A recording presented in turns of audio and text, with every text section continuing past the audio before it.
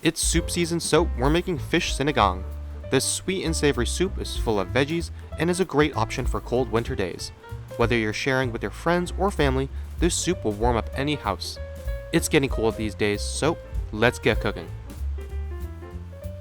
Start with an 18-inch long eggplant and cut into about half-inch pieces. Add to our Instapot, then cut 1 Chinese okra that has been peeled. Add to the pot.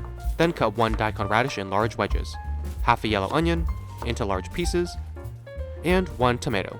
We'll also prep 1 cup of spinach. Add 8 cups of water to the pot and then add our tomato as well. We're using 75 grams of Sita Sinigang tamarind seasoning today. Add to the pot and stir. The tamarind gives the soup a sweet taste.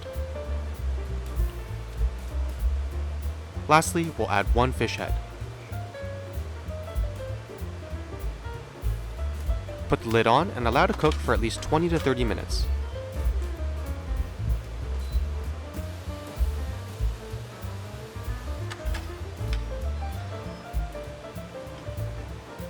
We'll then add our spinach and stir.